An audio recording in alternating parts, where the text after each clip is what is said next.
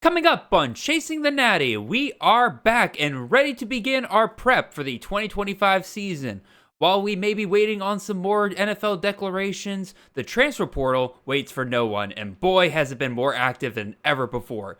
Today, we'll be kicking off our 2025 season coverage with our transfer portal series, starting with the most important position in the entire sport, the quarterbacks. We've got a ton to cover, so let's get to it. We've got all of that and more coming right after this.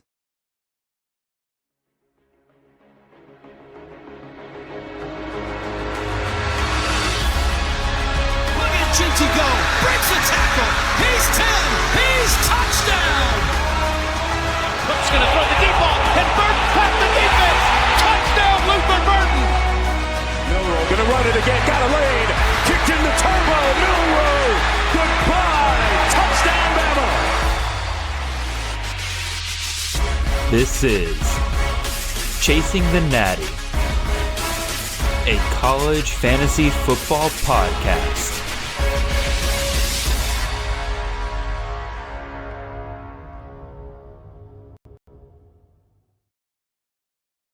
All right, welcome in everyone. This is Jared Palmgren, host of the Chasing the Natty podcast. I hope you guys are having a wonderful ride to your work on this Monday morning. We are the College Fantasy Football Podcast on the Campus of Canton Podcast Network. You can find us on all of your podcast feeds and on YouTube every Monday morning during the off season at 6 a.m. sharp. If you want to support the great work we do here, head on over to campusofcanton.com, subscribe there with any of our phenomenal tiers. We got content ranging on all sorts of college football games, whether that's CFF, Devy, C2C, College IDP, College DFS, college betting. Really, if you play it, then we've got content, whether that's tools, rankings, pretty much everything you need to succeed. If you want to get in touch for whatever reason, you can find me in the show on Twitter. I am at CFF_Jared. The show is at Chasing the Natty, and joining me as the first guest of 2025, Mr. Chris Moxley at Chris Moxley19 on Twitter. Chris, welcome back to the show, man. How was your holiday? How was the break since the end of the season? What you been up to? Yeah, it's been, I don't know, the holiday season's always really long, it seems like, and nobody works, and it's great for, us folks who are in the office or something. So it's get back into the swing of things, a little difficult, but happy to be on. Usually I make my yearly appearance on our underrated offenses series, but I first guest of the year. I mean, how could I turn that down? So I'm excited to talk some quarterbacks. Yeah, we got a lot to get to on quarterbacks. Again, I had myself a nice holiday season. Lots of stuff went down.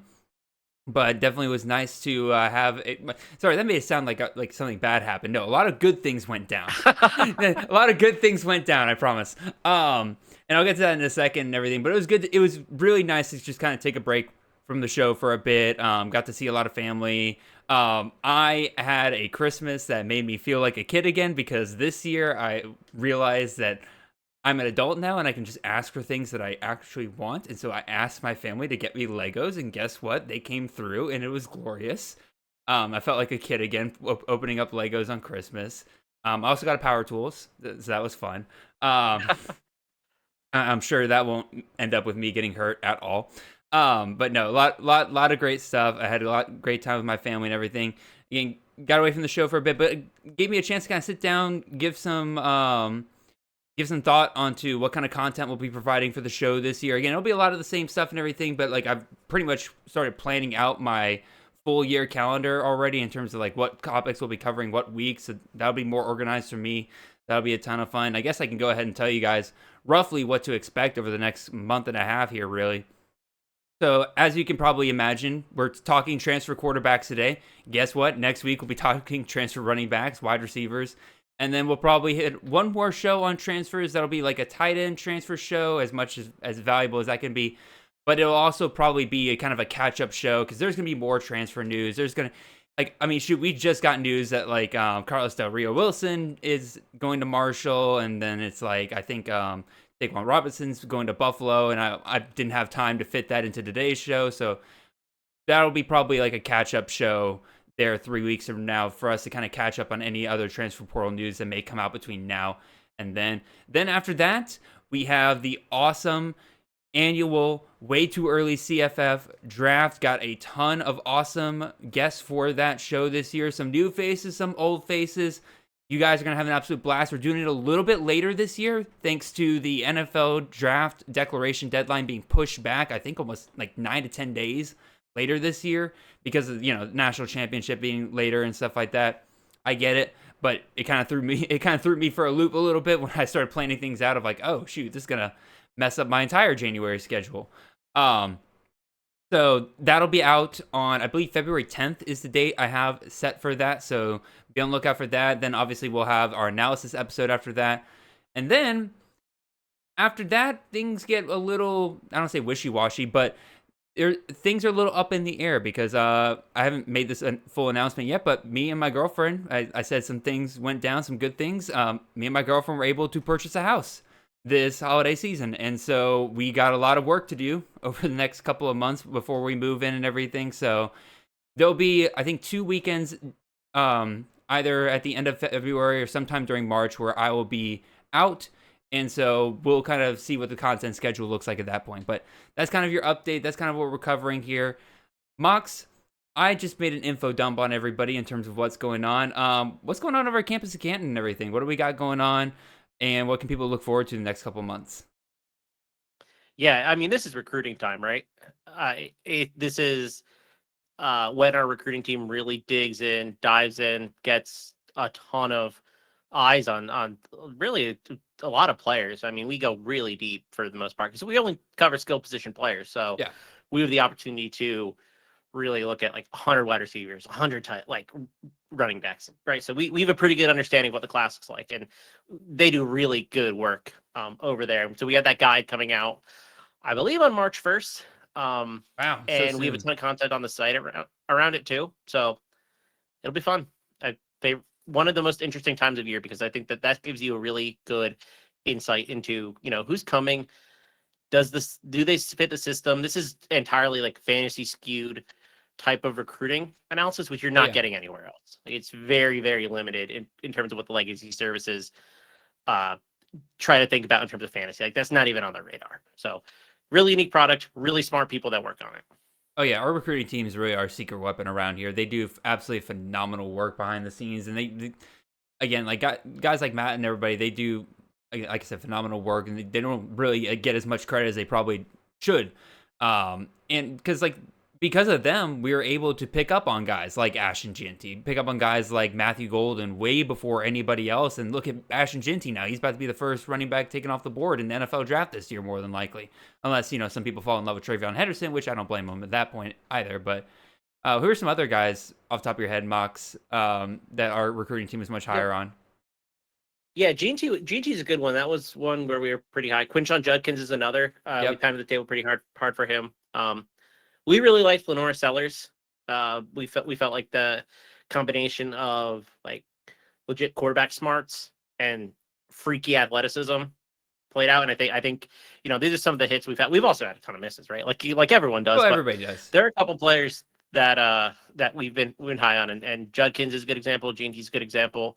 Golden's a great example. So it's a really, really good resource that team provides to really any sort of format in terms of college fantasy, Devy, Dynasty, CFF, like you name it. I really do think there's a lot there for pretty much everybody. No, I agree 100% because even if you're a redraft player, right, I think you should still get the freshman guide because there are freshmen who pop up every single year. I mean, shoot, look at Jeremiah Smith this year, right? I mean, Travion Henderson, his freshman year, right?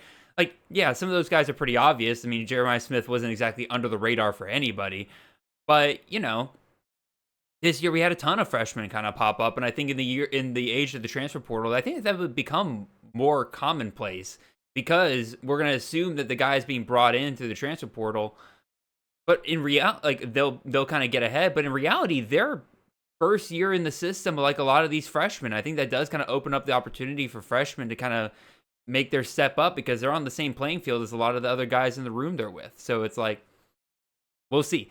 So I definitely would suggest picking that up. Like I said, March 1st is when that comes out. So you got a little bit of time between now and then, but very much worth it every single year. Mox, what do you say we start getting into these quarterbacks in the transfer portal? Let's do it. All right. We got 10 here. Mox and I each identified 5 quarterbacks that we wanted to kind of go a little bit more in depth on, that we felt like was more impactful for the CFF, community, and what's the word I'm looking for? Just the zeitgeist at large. There's your $5 word for the day, but I also don't think I used it correctly. But basically, we got 10 guys that we're going to go more in depth on, and then at the very end of the show, we'll kind of gauge like how much time we have, and we'll kind of run through some of the other guys that are there, because quite frankly, there are more than 10 quarterbacks that are going to impact CFF this year, so we'll try to get to as many of them as possible. But we'll start off with one of my guys that I listed here, and that is John Mateer, my man. Transferring from Washington State to Oklahoma. Obviously, he is following Ben Arbuckle, his offensive coordinator, the guy that basically turned him into a CFF monster this year. John Mateer, QB1 in total points, QB2 in fantasy points per game. A lot of things to obviously be excited about here, but my kind of thought process on this, as much as I love Mateer, part of the reason why I love Mateer was it was a perfect combination of so many things. Really good CFF skill set with his legs, with a awesome offensive coordinator in Ben Arbuckle, against a really, really beautiful schedule last year that was basically made up of mostly Mountain West teams, and quite frankly, a competition level that John Mateer should have just absolutely destroyed week in and week out, because he was recruited to be a guy playing against, Pac-12 level competition. And so that created the perfect fantasy storm here. Like I said, he was QB1 last year. Problem is, I love that he's still with Ben Arbuckle, obviously, but I am a little bit concerned about him being able to produce in the SEC like he did with the Mountain West, right? Like Oklahoma's schedule next year, I actually completely forgot to write this down, already off to a great start in 2025, Jared, just completely missing this. Yeah, let's look at Oklahoma's schedule this next year. We got Michigan in week 2. Then obviously, some good old fashioned early season SEC roadkill here in Illinois State, Temple, Auburn, Kent State. Yes, I am throwing Auburn under the bus there. But for real, Auburn's a much tougher team than most likely they faced last year. Then you get Texas, at South Carolina, Ole Miss, Tennessee, Alabama, Missouri, LSU. That's a brutal schedule for John Mateer to be going up against next year compared to what he faced at Wazoo last year. So, Mox, what are your kind of thoughts on that? Am I off base for questioning Mateer? Because he's probably going to go very high in drafts this next year. I'm not sure. As much as I love Mateer, I'm not sure I'm willing to go there. Yeah, I mean, I wish I had a more rosy opinion on him. I just think you're asking a lot, right? So 7 of the 12 teams that Washington State played last year finished 90th or worse in adjusted EPA on defense. So that adjusts for schedule, that adjusts for conferences, that adjusts for quality of team, right? So not a world beater schedule by any means. Plays a top 40 defense in Washington, completes 50% of his passes and 3.9 yards per rush, right? He was pretty good on the ground, but like the passing was clearly not there. Also played Texas Tech. Texas Tech's defense is terrible. But those were his only 2 Power 4 games, and I don't think he really thrived passing in either of those formats. So what happens when it is Texas, South Carolina, Ole Miss, back to back to back? Like, that's not easy for really any quarterback, especially when taking this like massive, massive jump. Still think he's a good player. Still think Ben Arbuckle's a really good offensive coordinator, right? I think those things are real. Is the offensive line going to be better? Because last year they ranked 108th in pass blocking, 100th in run blocking. Okay, they were bottom 30 offensive line essentially. They didn't really add anybody. They added a tackle from Western Carolina who's pretty good, but he's also from Western Carolina. And they added Buklenko, I think is how you pronounce his last name, from Stanford, who was probably their worst tackle like on the whole team. So I don't know if the offensive line was really addressed, and that hindered the entire Oklahoma offense in 2024. Mateer is pretty special with like escapability and his ability to use his legs. So maybe he improves there. But I just don't know that there is a path here to repeat or get close to repeating if Oklahoma doesn't make those changes. Like, how much can you really scheme up this offense with an offensive line that, to me, didn't get much better? I mean, again, if there's one offensive coordinator that I trust to be able to do that, it is Ben Arbuckle. I do think he's one of the better minds in the country. You brought up the offensive line. I'm a little concerned about this receiver situation, right? I mean, you get Deion Burks back, which is obviously huge, but, Jaleel Farouk's gone, Nick Anderson's gone. Like, we saw what Oklahoma looked like last year. Like Jackson Arnold couldn't do anything, or Michael Hawkins. Neither one could do anything last year, because there was no receivers they could really work with. And even the ones that did kind of step up a little bit, like Petaway, like, he's gone, right? He's in the transfer portal. Andrew Anthony, he's gone. Not that these guys were great or anything, but there's a huge experience gap here at wide receiver for Oklahoma outside of Deion Burks. Even he was hurt most of last year. And the answers that Oklahoma's kind of bringing in here, like, I'm not sure I'm fully bought into this. Like, Josiah Martin from Cal, a young receiver, but, like, I'm not sure how much I buy into that. Isaiah Satania, okay, I liked him when he first got to Arkansas. He hasn't really done a ton since then. Keontez Lewis, who, if I remember correctly, wasn't he at Wisconsin or something like that? Then he went down to the FCS. Now he's coming back up to Oklahoma.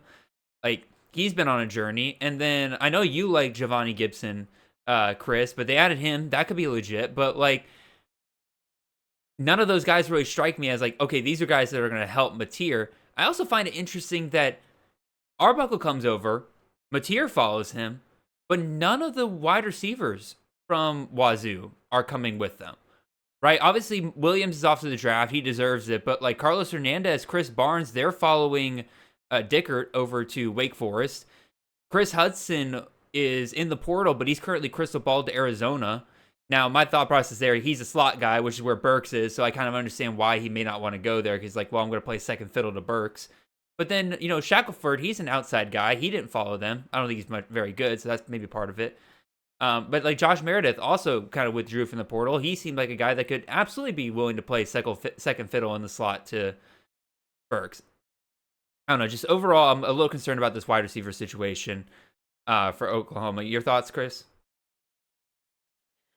Yeah, I mean, I don't know that any of the Washington State receivers were, like, SEC level players. Like, I don't know that they missed out on anybody from Wazoo, but I mean, you would hope that they would get somebody better. Like, their top two transfers, in my opinion, are Keontez Lewis and Giovanni Gibson. Those are two FCS players.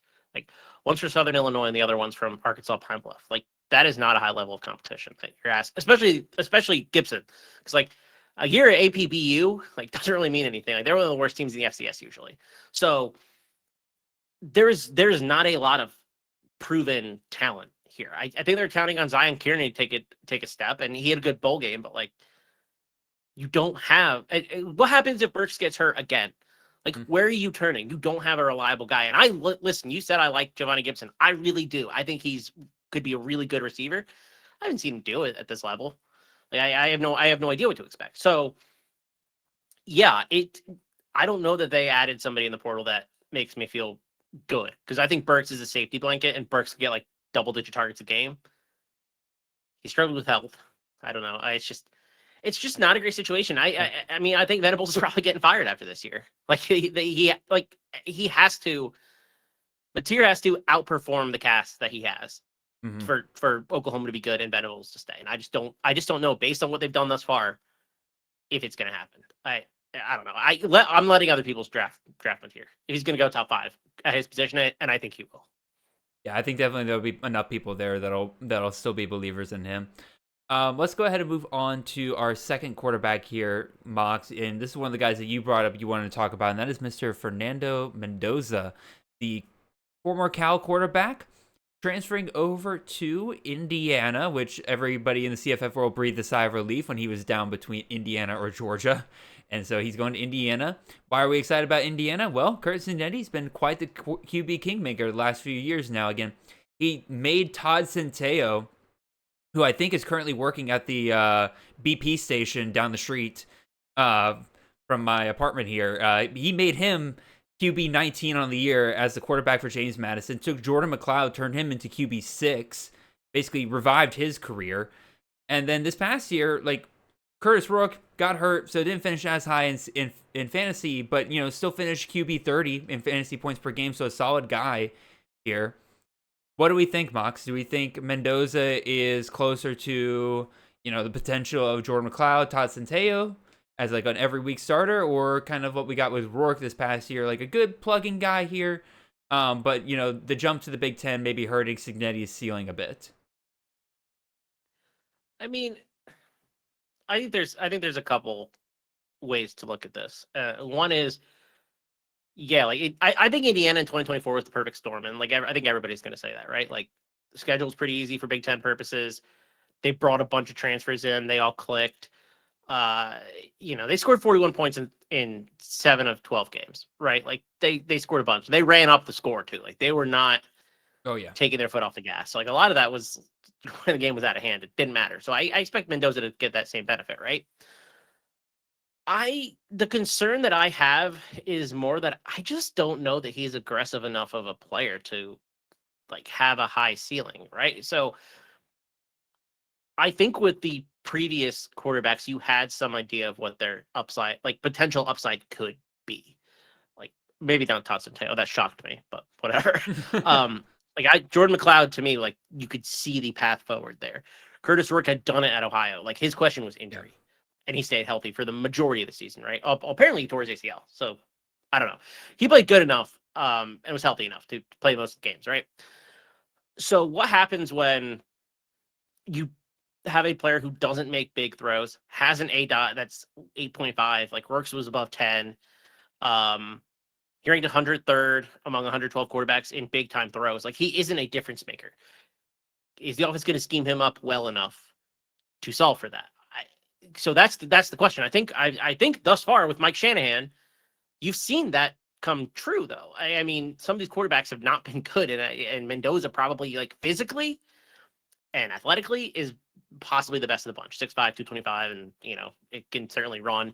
Takes bad sacks at times. Like his pressure sack rate's 26%. That's like bottom 10 in the country.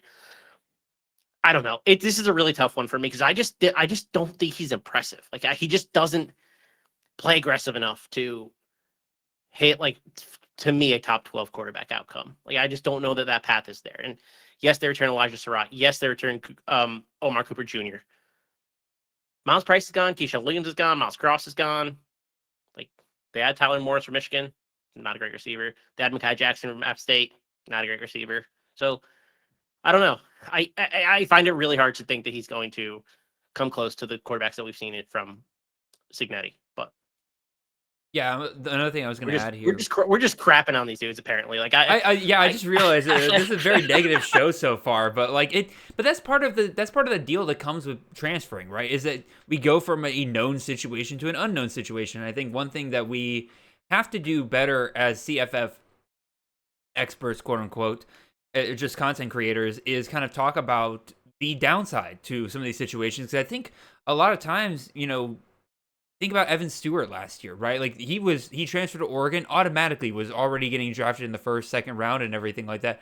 I tried to pump the brakes on that a little bit, but like I don't think we as a CFF community kind of talked about the possibility of the downside of that situation enough, right? I think that we need to talk up, like, hey, like go for guys where you kind of know the situation more than you think, right? Like there's a wider range of possibilities for these guys than we necessarily like to think. We like to think of these guys as kind of plug and play into the system here, but Mox, I think you did a really good job of kind of explaining why Mendoza doesn't necessarily fit exactly what you'd want to see in a Kirk Cignetti quarterback. Now, I would personally say that Mendoza, of the 4 quarterbacks Cignetti's recently worked with, I think Mendoza has the highest floor of all of these guys, right? I think that's certainly true, right? 75% adjusted accuracy last year. Like the dude, you know what you're getting from him every game, I think. Yeah. It's just a matter of, can Cignetti kind of unlock that second gear that he was able to do in, guys like Centeio and McLeod, especially against a schedule here where, like you said, last year, perfect storm. Only hard game they had on the schedule was against Ohio State. This year they go at Iowa, at Oregon, at Penn State. They get Wisconsin at home to end the season, which I have no clue what's going to happen with Wisconsin. I think Luke Fickell gets fired next year. But like even so, like overall, I think it's just a harder schedule than what they dealt with last year. Probably again, I'd say be careful with Mendoza and just going after Cignetti quarterbacks in this situation. Let's Yeah, see. I mean, Go ahead. it all worked because he was able to bring like 20 transfers over. Some of those guys are around. A lot of them aren't. Like I think Indiana's gonna take a pretty significant step back, and I think Cignetti's a good coach. There's And just a little too much there. random thought I just had, because again, like you mentioned the receivers they lose and everything, but the running backs they lose as well, right? They lose Justice Ellison, they lose Tyson Lawton, they get Elijah Green back. Actually, no, is Elijah Green in the portal again? I think he's in the portal again. They get Kalen Black back, who is not a bell cow back in any way, shape, or form, right? So they got to rebuild that room. That's gonna hinder them as well. Because Mendoza's not a guy that can run really. I don't know. I think he is. I think if they want to use his legs, they can get like a 30-yard rushing floor, maybe a week. I don't think that's impossible. Yeah, I can see him getting 300 yards. The problem is he takes really crappy sacks all the time. Like he ranked 8th in pressure to sack rate last year. Rourke was also really high. Like it's it's an issue. But like I thought when watching Mendoza back, like there were quite a few sacks where I'm just like, dude, you can't take that sack. You hold the ball way too long. Which Indiana does return a lot of their linemen, though. I mean, their left tackle Carter Smith is one of the better tackles in the conference, so maybe that's less of an issue. And Rourke just took really bad sacks as well. Like, obviously, sacks are negative yardage, so are we gonna how much is his rushing production gonna get hurt by that? Yeah, he's safe. I think you said it earlier, right? Like, you kind of know what to expect from a floor perspective. Like, he's gonna make the throws. He's accurate, lower depth of target. That hurts his ceiling too, though, because I don't know that he's going to sling it. And maybe he does. Maybe Cignetti gets that out of him, right? Like that's kind of who Cignetti is. So possibly it's just I'm curious to see where he goes in drafts, because I think I'm probably going to have less of him than everyone else. Yeah, I'm curious to see it as well. Another guy that is honestly very similar to John Mateer in many ways, because he was a elite option for CFF last year, finishing QB2 in total points, QB3 fantasy points per game. Devin Dampier. Formerly our quarterback over at New Mexico, making the jump up to Utah, where he is following his offensive coordinator there, Jason Beck, the guy that basically turned Dampier into a absolute star for us last year, rushing for over 1,000 yards and 19 touchdowns as a quarterback, and still almost throwing for 3,000 yards. Dampier was an absolute monster last year. Do we trust him to produce at the same caliber at Utah that he did at New Mexico? I think I'm willing to say I trust it more than Mateer. Because again, going from the Mountain West to the SEC is different from going to the Mountain West to the Big 12. I would say just in general. Yes, again, we can talk about the SEC supremacy talk. Yes, we got plenty of that talk over the last 2 months. But I'd say on average, year to year, the defenses you're going to face in the Big 12 are going to be not as stingy as the ones you're going to face in the SEC, right? The talent level is just not the same. You can have some really good coaches in the Big 12 that can get some really good stuff out of their players. I would say week to week, though, I'm going to probably trust Dampier more in the system. It's just a matter of, do we actually expect Utah to change up their offense this much? Is the keys to the kingdom really being handed over to Jason Beck here to kind of revamp this offense after the just flat out disaster they had last year? So, Mox, what do you kind of think? Is this like, how similar is this to John Mateer? Do you trust Dampier more than Mateer? What do you think? Yeah, I mean, I think quality competition argument is a strong one, right? Like Utah is not going to have like a gauntlet of a schedule. Like there just aren't. The caliber of player and the caliber of athlete in the Big 12 is significantly worse than it is in the SEC or the Big 10, right? That's just the reality. It's just not like the same power league that it was. That's fine, though. Like, that's great for Dampier. The biggest concern that I have with him and projecting a similar season is New Mexico's defense was awful. True. Like, awful. Like bottom 3 bad. Regardless of what metric you use, right? Like, he adjusted EPA per play. Like, I think they were like 128th. So, what happens when every game isn't 50-48? Because that's a lot of what New Mexico's games were in 2024. Like, that's how they played football. So what if Dampier doesn't have the opportunity to get 5 touchdowns a game? Can't run for 200 yards a game, which he did sometimes. Like, that ceiling is going to be lower. Utah's the best defense in the conference, and pretty much true every year. Like, They play a style of football defensively that works. They're not going to allow a lot of teams to score points on them. They're just not. Yeah. So a lot of that garbage time production that we saw from Dampier or shootout production is probably going to be minimized. If we get 70% of that, we're still looking at top 10 quarterback, right? Top 5 quarterback, probably. What if it's like 50% of that? What if it's like 40% of that? What if the shootout potential doesn't exist? I think that's like a reasonable outcome. Then you're looking at a quarterback who probably throws like 20, 25 times a game at most. Mm-hmm. And I do think his legs and his athleticism is special enough that it translates to the Big 12 more than Mateers translates to the SEC.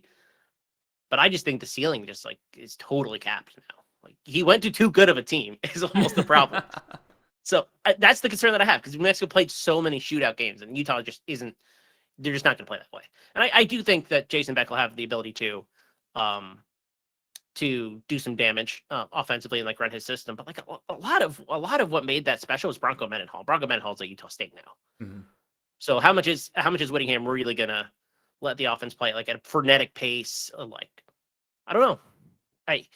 I wish we got to get to somebody that I have like really good things to say about because I'm just skeptical of all these guys moving to their new teams. I'm and looking at the list here, and I'm not sure how long it'll take before we get to that point, Mox. There's a lot to be skeptical on a lot of these guys. Side note, like it's true though. I mean, it's a new situation for a lot of players, and Dampier's in the perfect situation for fantasy production last year. Like almost any situation is going to be worse. The same thing goes for John Mateer. Very similar. Yeah. Agreed, 100%. And I think people definitely have to be very careful about drafting them as if they're sitting in the same situation. Because like if they're still at their schools, they'd be going 1-2 off the board. Like it wouldn't be close. Yeah, and I still think he's going to be a top 10 quarterback, right? Like I think that his rushing is just like that special. Yeah, it's just are you going to pay a top 5 pick for him, a top 3 pick for him? Like you might have to. I don't know. Because if Dampier can get to 700 yards rushing, you're still looking at a really good fantasy season. No doubt about it. I think if he's healthy, the floor, like, you're getting a top 10 quarterback, period. Yep. It's just like, is QB2 in that range of outcomes? Again, I'm skeptical that that's the case. Here's tinfoil hat conspiracy theory time. Not even really that much of a conspiracy theory, but like Kyle Whittingham, right? He's like teetering on the edge of retirement, right? Like he was considering it greatly this year. What if he just kind of goes Kirk Cignetti with it? Where he does, like, regardless of how well the defense is doing, he just lets his offense run it up the score. Like, if they're scoring, like, what if he just has fun his final year, right? Let Dampier loose and everything like that. Just have one more fun year before he retires. Like, that's. He seems like somebody that hates fun to me, but I don't know, man. Again, like I feel like you don't go and get this higher. I feel like you don't make this higher. Go and grab this quarterback. Watch him have one of the most fun offenses to watch last year, and then just decide, yeah, let's neuter that. Who knows? I will say one point definitely going in favor of Dampier in terms of the ability for him to produce in the Big 12. Again, we did get one Big 12 game last year where he faced Arizona. Not exactly a great team, don't get me wrong, but threw for 260, 3 touchdowns, ran for 130 yards, 2 touchdowns on the ground. Like, yeah, Moxie bring up a great point of like if that's a huge part because Arizona put up 61 on New Mexico. I was going to say they scored like 40 plus in the first half, didn't they? So like the whole game was garbage time production. Oh yeah, I know, but like but still, it's something. Let's move on. It is something. It is indeed something. That is true. Let's move on to our next quarterback here. Let's go Jackson Arnold. Former quarterback out of Oklahoma, heading over to Auburn. I'll let you take the reins on this one, Mox. But I do want to make one little comment here of like the fact that to me these combos are always so funny, where you have a coach who's who's on his last dying breath for relevance, and he's pairing himself with a QB who's also on his own last dying breath for relevance. That can either become the greatest thing in the world because they got nothing to lose, or this could be ended in disaster. And I really do think that those are the ranges here for Arnold going to Auburn here. So, Mox, what are your thoughts?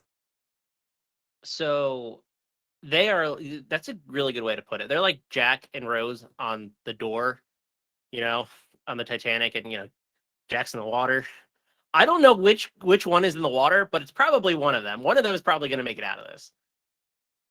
I don't know that it's going to be Jackson Arnold. The key to Jackson Arnold is that you basically can't like allow him to get pressured. Mm-hmm. He had, under qualified quarterbacks with 100 dropbacks, under pressure. Arnold ranked 72nd out of 73 in PFF grade in terms of under pressure. His adjusted completion percentage fell 13%. But he was under pressure a lot. He was under pressure in 40% of his dropbacks in 2024. So Auburn's offensive line is better than Oklahoma's. Yeah. But that's the key, right? If he's going to be under pressure, he just can't give you anything. Yeah. I do think that there is a good chance that Auburn keeps him upright and without pressure, because Peyton Thorne ranked 16th in terms of pressure rate last year. Like, that's pretty good. Yeah. Same group, 16 out of 73. That's pretty solid. Like, if 40% of the time, and it's more like 20% of the time, you might get good quarterback play because he's capable of it.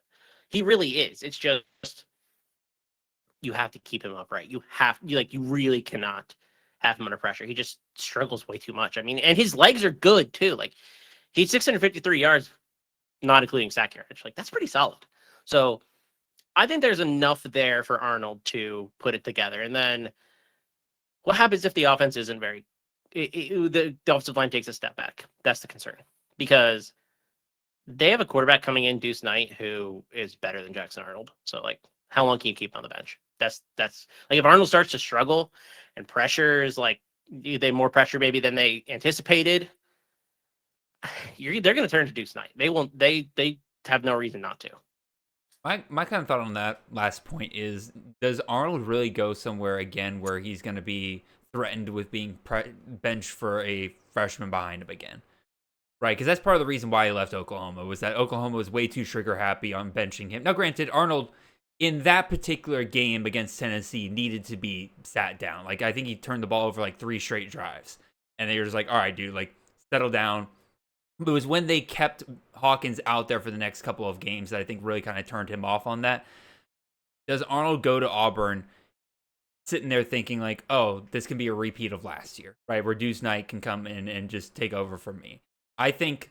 Well, do these quarterbacks even consider that? Because Deshaun Purdy from Charlotte thought he was beating out DJ Lagway at Florida. So, like, I don't know what goes through these quarterbacks' heads anymore. Like, I don't know that they're even thinking about that. You are not wrong. You're not wrong. There are definitely some dumb decisions being made out there.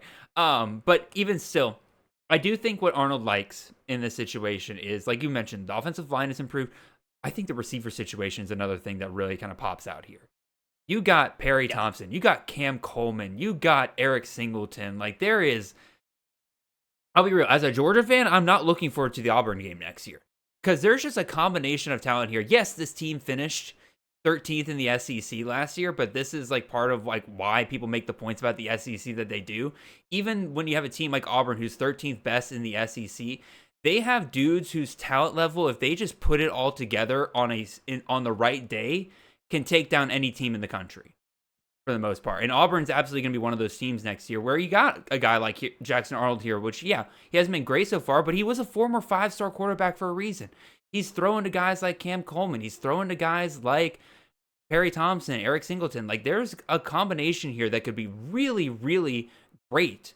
Not only just for football in general, but for CFF, right? Because Arnold's no statue. He can run. Like, you can scheme up runs for him. And Hugh Freeze, we know for a fact, not afraid to run a high-flying offense if he wants to. So this is probably the first guy that I think, given where the season was ending for Arnold, I like the trajectory of where he's going here. Now, am I going to draft him, top 5 rounds? No. But your thoughts? No, I don't think you can. So, yeah, the receiving room is really solid, and I'm not letting the Malcolm Simmons slander get any further. I knew I was forgetting somebody. My apologies. No slander to Mr. Simmons. He is legit. Yeah, they have a really good receiver room. Cam Coleman's awesome. Do we think it was just mostly the receivers last year for Arnold? Like, that was the problem? Because his average depth of target was literally 7 on the dot. That's when clean, by the way. That's not under pressure. 65th out of 73. His big time throw rate, like throws that you want are 70s to 73, 73rd. 70th of 73. That's all like without pressure. So like, is Jackson Arnold actually a special player? I don't know. I really don't, because I don't think we had the opportunity to see that at Oklahoma, because the receivers kept getting hurt. They weren't very good. Seth Luttrell was a dud at offensive coordinator. Like that was rough. Seth Luttrell sucks. Like if you look at the time to throw stuff, like 2.9 seconds per throw is like pretty good, but his pressure to sack rate is horrible. So like, is that on him too? How much of that is the offensive line? It's like even when he's clean and not under pressure, like he struggled. Basically, what I'm saying is the advanced metrics on him are terrible. Mm-hmm. But how much is his fault? And we're certainly gonna find out, because this is the best situation he could probably step into. And I really do like Jackson Arnold. I think there's a good player in there somewhere. I just don't know after 2 years at Oklahoma if that player is still there, like truly still there. Like, is he a 5-star difference-making quarterback? And I don't know the leash is going to be that long with Knight on the bench. So don't forget Ashton Daniels is there too. So maybe the leash is short for him to Ashton Daniels. I don't know what the hell Ashton Daniels is doing there. that's just a disaster decision right there. So did he get his degree at Stanford? That's a good question. If he didn't get his degree and he transferred out of Stanford to go to Auburn, like you're not playing on Sundays, man. Like, just get the Stanford degree. Yeah, exactly. I mean, I know you're not making any money, and like he's probably getting paid like, he's certainly making 6 figures, right? He's probably making like 200 or 300, maybe 400, like at Auburn. That's just like what the going rate is for these players. So yeah, good for him. But I might want the Stanford degree. I don't know. I agree. And maybe he got it. I don't know. Hey, could be a super smart dude that gets a Stanford degree in what? How long was he at Stanford? 3 years? It's a good question. I just find it hard to believe that he would have, but maybe. Anyway, let's move on. Let's go talk about Kaidon Salter here. He did. I don't want to slander Ashton Daniels. He's graduating from Stanford in the spring and will arrive in Auburn in the summer. Hey, congratulations, Ashton. Good for you, Ashton Daniels. No, for real. Good for you. All right, let's talk about Kaidon Salter here. A guy coming from a university whose degree we don't respect nearly as much. Coming from Liberty, heading over to Colorado. Mox just understood my joke. Salter going from Liberty to Colorado here. There is a lot to be excited about here, right? For all of Deion's faults, and I have many faults with Deion Sanders, he got his quarterback his stats, right? 2023, Shedeur finishes as QB 32, and that was with some just absolute disaster games in there. 2024, we see an improved Colorado. I'm not going to slander Colorado like that. Like, they did improve quite a bit this year. Got a lot more consistency game to game. That allowed Shedeur to finish as QB 9 on the year. So they made sure that Shedeur got his stats. Will Salter get the same treatment from this staff? I don't know. I think Deion, again, for all his faults, when he finds certain guys that he is very loyal to, he will move heaven and earth to make sure that they get what he thinks they deserve. Look at Travis Hunter. Look at, Shedeur. Look at guys like that, right?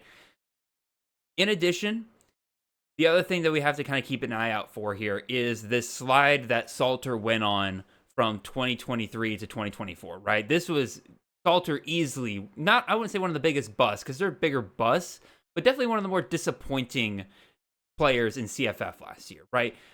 Because there was no direct thing that you can point at and say like, oh, he got hurt. Oh, his coach changed, right? New system or something like that. No, he had the same coach. Most of the same guys around him. Really, the big thing was CJ Daniels leaving. And he went from QB3 in 2023 to QB43 this year. Almost 600 less yards passing, almost 2.7 yards per attempt less. 14 less passing touchdowns, which, good freaking Lord. Over 400 less yards on the ground. And 4 less touchdowns on the ground. Like, overall, just across the board, stats regress big time for Salter. Is that because Salter is, people have found him out, they figured out his game? Is he just regressing because he's kind of old? He's been around for around in CFF for a while, and he's just not being able to keep up year after year. I don't know. Mox, what do you think? What do you think? How do you think we should be treating Salter in this situation here? I'm surprised he finished his quarterback 43 last year. I thought he was worse than that, to be honest. I thought the season that he put on film in 2024 was, to be like totally frank, horrendous. Like, I thought he was terrible last year. Like, just across the board, missing throws, making terrible decisions. I don't know what happened between 2023 and 2024. Like, it's really hard for me to explain that delta, because he was so much better. And like, just like making throws and reads and stuff. So I don't know. I find it hard to believe CJ Daniels is the only reason for that. But maybe it is. I think this is a fine get for Colorado. Like, they needed somebody with experience. He's got it. But is this the offense that you want Caden Salter in? Like, the offensive line played better in 2024 for sure, but there's no run game at all. Like, they're not even pretending to run. So are you going to have Caden Salter drop back and pass 35, 40 times a game? Like, that is like a complete misuse of his skill set, if so. Maybe they're going to do way more QB design run stuff because Shadur wasn't a rusher. So, like, you're putting a lot of faith in Pat Shermer to kind of redesign the offense. And maybe he does, right? Like, I thought the offense last year was really good. But, man, is it a weird fit for a team that can't run the ball, has no interest in running the ball. Like, and it has no history of quarterback run stuff. And, yes, that's personnel, but, like, still. I like the receivers there. I know they're losing, like, really good wide receivers, right? Yeah, they're Wester, Shepard, Hunter. Is Horn coming back, or Horn done? No, I think they're all gone. Oh my god. Yeah. So I like that they added Joseph Williams. Think he's a really good player out of Tulsa. Step up competition, but like I think he translates. I think Draylon Miller and Amari Miller are both pretty good players too. Not as worried, to be honest, about the lack of wide receivers. Yeah, like losing Travis Hunter sucks, but I'm not sure the group is on aggregate all that worse. Definitely better than the group that Liberty was trotting out this year, because Liberty's receivers were awful. So he has that going for him, which is, I think is good, but I don't know. It's a weird fit. And you have this like overarching question is like, what is Juju Lewis? Like, the quarterback that they have coming in this class, like, very highly rated. I know we don't like him at Campus Canton as much as I think the services do. He kind of peaked early. Like, he's like think of like Jaden Davis kind of. Mm-hmm. Is he a real threat to steal this job? Like, I think he kind of thought that he was going to start year one when he signed with Colorado. That was prior to Caden Salter. So I don't know if that's a real threat or not. But if he plays as poorly as he did this year, yeah, he'll get benched for sure. Because they weren't going to Ryan Berger at Liberty. But they'll go to Juju Lewis, I think, in Colorado. Yeah, those two right? Yeah, so I just have a really hard time squaring away what 2024 was for him. Like, I just really don't know what happened, because he looked just abysmal. Like, he really was. And I mean, the receivers weren't good, right? But like, even as a rusher, he just wasn't the same player. No. And I don't remember hearing any injuries or anything. So who is Caden Salter 2023 Caden Salter? Is he 2024 Caden Salter? Or is he somewhere in the middle? And somewhere in the middle is a good quarterback that probably, with his rushing forward, gets you top 24, 30 finish, I think. Yeah, that's it. But I mean, that's a far cry. He was being drafted as quarterback 1 coming into the year. So like, I don't know that the ceiling's there, and I don't think Colorado's a good fit for him in general. I just like think the skill sets and the offense are clashing, unless Shermer's going to kind of revamp it. And maybe he does. I think Juju Lewis is a much better fit. Yeah, we'll definitely see there. I was defending Salter halfway through the season this year, because at least to start the year, like, his yards per attempt, his completion percentages, his like through the air and on the ground, like his yards per attempt, like it was all roughly the same as last year. Literally to start the year though, it was just touchdown luck. Like I pointed out before, where he had 14 less passing touchdowns. It was abysmal to start the year. Like, he just couldn't get a touchdown to save his life. But he was putting up the yards. He was putting up he was getting the attempts that he would normally get. And then as the year just kind of went on, they just continuously got more and more away from him. Maybe that's because they had Quentin Cooley, that they really wanted to make sure he had himself a really nice final year there at Liberty. But I don't know. Again, clearly something was up with Salter there. He's transferring out for a reason, right? Like, there's no reason why he couldn't just stick around at Liberty another year. Listen, if Liberty wanted to keep him, I think they probably paid more than Colorado did. Oh, Like I Liberty agree. has the resources to do so. Like they they're I believe they're no tax institution, but I think they could have probably pulled it off. They wanted to let him go though. They had to. Like like you said, the offense just wasn't built around him. And you have like one of the most dynamic quarterbacks in the country theoretically. It's like, why are you moving away from him?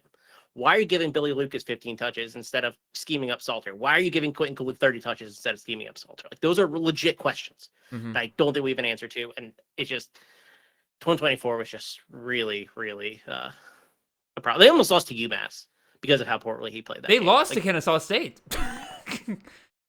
Yeah, they did. You're My right. Owls I will think not that was forget the next that. My Owls will not forget that. Yeah, Let me tell you that. I don't know how that wasn't the first thing that I came up with. Yeah, I don't know, man. Where do you think he goes in draft? Do you think he's a top 24 quarterback? Because I tend to think he is. I think so. I think But I enough don't know people. that I think enough to people think will better. think Deion Sanders gets his quarterback touchdowns. Kadon Salter, dual threat guy. Kaden Salter is also not his son. Well, So when I he's know not his that, son, but is the offense gonna be a little bit different? I say is what well, I'm. that was my point at the beginning, right? I said like, does Salter get the same treatment Yeah. that Shador gets, right? Again, if Deion loves this dude, we saw with like Travis Hunter, right? Even though Travis Hunter wasn't his son, he theoretically made Hunter his son, basically, right? If that's He definitely loved him more than Shiloh. I'll tell you that. oh my god. I will say one last thing I want to point out here is like, obviously, you like Joseph Williams, you like Jalen Miller, you like Amari Miller. Even if you're somebody out there that doesn't really love that group of receivers, and I can kind of understand, there's a lot of unproven things there, right? If they get into the spring and they quickly figure out, like, all right, this receiver room's not cutting it, they're going to land a big time wide receiver in the spring. If there's one type of player that Deion Sanders really meshes well with, it's wide receivers, right? With Diva wide receivers. diva wide receivers, right? And like I say that like affectionately. I don't mean that even as like a derogative or anything like that. It's like that's just the kind of player that he meshes with. Like the guys he likes to hype up and everything like that. If there's a big time wide receiver that fits that mold, Deion Sanders will land them and they'll be fine at receiver. All right, let's move on to our next guy. I like the guys they're bringing in too. So like Quentin Gibson is a really interesting player. I have to give a shout out because our recruiting team loves him so much, even though he's like 145 pounds. He is. Hey, you don't need to be more than 150 pounds in the Big 12. So, all right, yeah, that's actually true. Let's move on to our next guy here. That way we don't spend 3 hours on this, Mox. Although I'd be down. I'm having too much fun right now. Miller Moss, former quarterback out of USC, heading over to Louisville. Unfortunately for Miller Moss, he kind of proved last year that Lincoln Riley can't work magic with every single quarterback out there, right? But in my opinion, Moss fits perfectly into what Jeff Brom has been doing with his quarterbacks. My problem with that is I like that on a, just a football level. I don't know how much I love that for CFF. I don't really know how good of an archetype that can really be, right? Because last year, Tyler Shuck comes into this offense. He does the impossible. He plays all 12 regular season games, which is a minor miracle given his career so far. He still only finishes QB1, or it's not QB 51 in total points for CFF, right? And what's even worse for Moss is a dude by the name of Isaac Brown. Isaac Brown is an absolute monster. He is an absolute terror that is going to tear through the ACC next year. And the deal is, I already question the upside of Brom's quarterbacks just because they're statues. They don't really rush much. Miller Moss fits that mold. You need Moss to have an Aiden O'Connell type year where he's throwing for over 500 times, over 500 times. You're pushing against 4,000 yards passing, hitting 30 touchdowns kind of deal. Problem is, I went back and looked, and when Jeff Brom has a solid RB1, his quarterbacks do suffer overall, right? You're talking about, almost 50 less passes on the year. You're talking about 300 plus passing yards less. You're talking about 5 touchdowns less on average, right? That's you're already talking about a very small window of opportunity there. You get Isaac Brown involved in this. Miller Moss is going to be drafted as a safe guy next year. Yeah, maybe he gets you like 20 points a game if you're lucky. I think that Moss will kind of be... I don't think he's going to return the value people want next year. As much as I like this pairing just from a CFB level, but I don't like it at a CFF level. What do you think, Mox? I mean, what's his upside? That's the Could be thing, like right? 40. I agree. We think USC had good wide receiver room, right? Mekhi Ledman, Zachariah Branch, Deuce Robinson, like those are good players. Jacoby Lane, good players, right? 7 yards per dropback, 7.7 average depth of target, and part of that is Zach Branch doesn't know how to run routes beyond the line of scrimmage. But like, still, you want more for Lincoln Riley quarterback than that. What he's really good at is not making mistakes, right? Outside of that Washington game, he really didn't turn the ball over, but he also wasn't making big throws either, right? Like he's 2.1% or 2.8% turnover worthy play is excellent. 2.1% big time throw rate is terrible. That's just the player he is. And I think this is great fit with Jeff Brom. I don't think he's better than Tyler Shuck. The offense is going to be worse, or the passing offense is at least going to be worse. Like Corey Brooks is gone. He had 30% of the all receiving yards last year.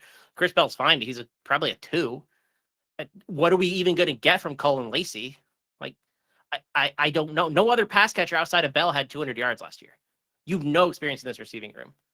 And so how good is the offense going to be, especially the passing offense? So, yeah, I think we see a lot of Isaac Brown. I think we see a lot of Duke Watson, too, who, like, Isaac Brown's the big name. Duke Watson is a player, man. So why not run the ball like 30-plus times a game? Like, I know it's not what Brown traditionally does. Like, his last 5 seasons, the quarterback's averaged 3,500 yards. I don't think we're getting that. We didn't get that from Tyler Shuck. I don't think the defense is going to be bad enough. So, yeah, I just don't think there's a ceiling here with Miller Moss. Like, I think you're getting a player who, like, you can plug in probably for bye weeks and not hate yourself. Like, this isn't a guy you want to start. I just don't see the path forward. And what if the offensive line's even a little bit worse? Then that's a problem. Yeah. And I don't know. There just isn't a lot going for Moss because he just isn't a special player. Like he is someone who's going to fit the Browns scheme well. He's not adding anything, I don't think, above that. Like he just isn't that type of player. So yeah, your upside's limited. Yeah, I think he's just good enough to where he is not going to negatively impact a guy like Isaac Brown, right? Like he'll get you enough in the passing game that he's going to. You're not going to. He's not going to tank this offense, right? Like we've seen guys in the past, right, where quarterback change happens and then the running back suffers because they can't get any kind of passing game going, and therefore they can just key in on the rush. I mean, shoot, that's what happened to Ollie Gordon at points this year. I mean, Ashton Genty a little bit happened at times. Now he's a beast in his own right, obviously, so that didn't really matter at times. But you could see how if a quarterback is bad enough, it can hurt everybody in that offense. It's not just him and the receivers. So I think Moss will be good enough to make sure that Brown doesn't get hurt or Watson. I think both. Watson was averaging almost 9 yards a carry last year. Good freaking Lord, man. Yeah, he's pretty good. I think that both those guys will be just fine as long as Moss is under center. I think he'll be okay. Yeah, just not a special player. And the only reason, well, I don't say the only reason they took him. I think the reason they took him was because he torched them in the bowl game. And Could said, be. Okay, we can work with this.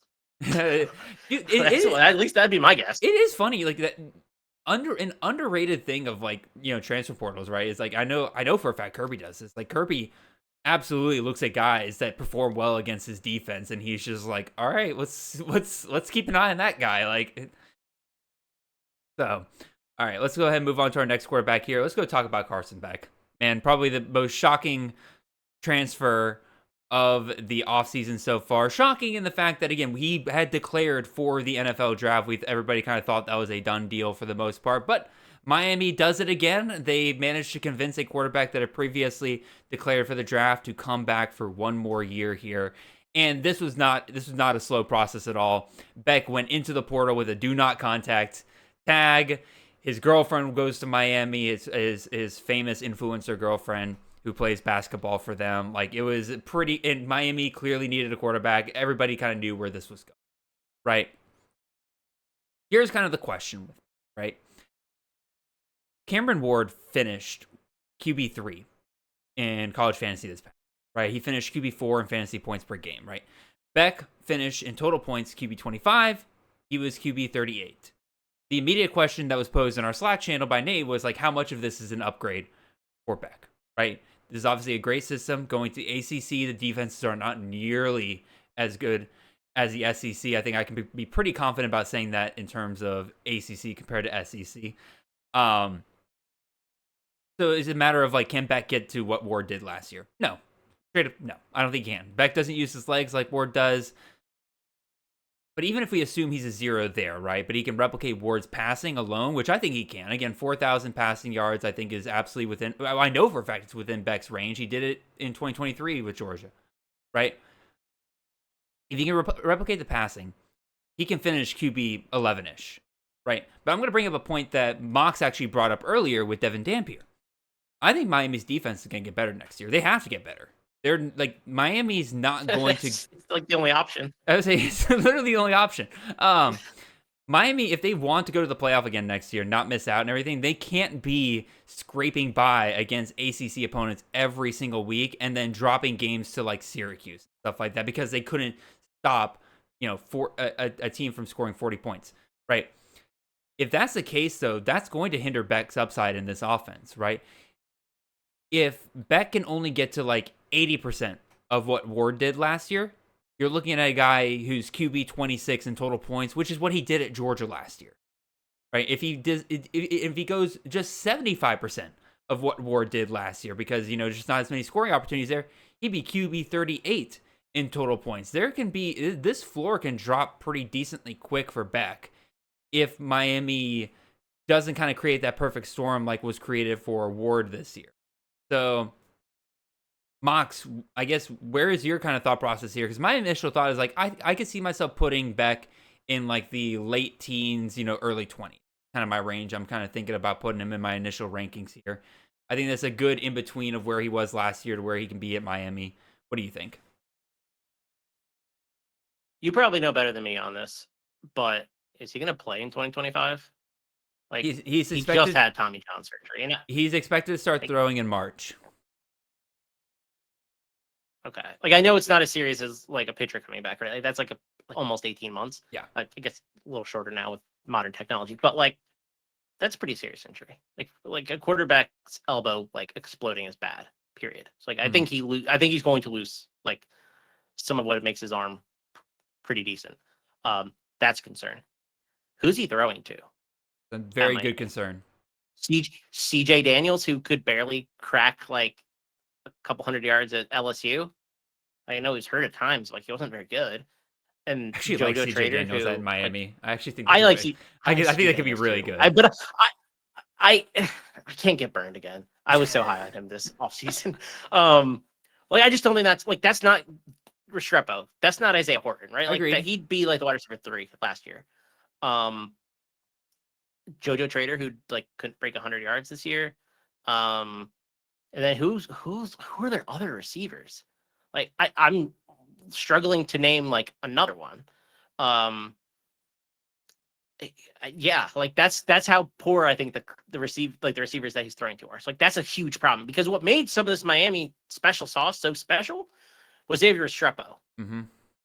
Was Isaiah Horton. Like those are really, really talented. Jacoby George, right? Yeah. So CJ Daniels would probably be wide receiver 4 on that team, and he's not probably your wide receiver 1. So like that's a huge problem. Don't know how healthy he is. Not getting his legs. Don't think the offense is gonna be as good.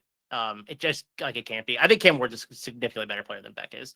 But even if you don't believe that and you think they're pretty close, like the weapons are so different.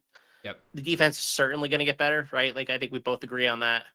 That was a disaster. So like they're not going to be probably in as many shootouts. So you said you might rank him in the late teens. I will probably rank him in the mid 30s. Okay. And that feels even high. I mean, I don't know. It's just a really bad storm. Like it's a theoretically good situation because of what they did this year. And then you're looking at the skill, like maybe they add skill positions, right? Like, I'm just looking at it on January 12th, 2025.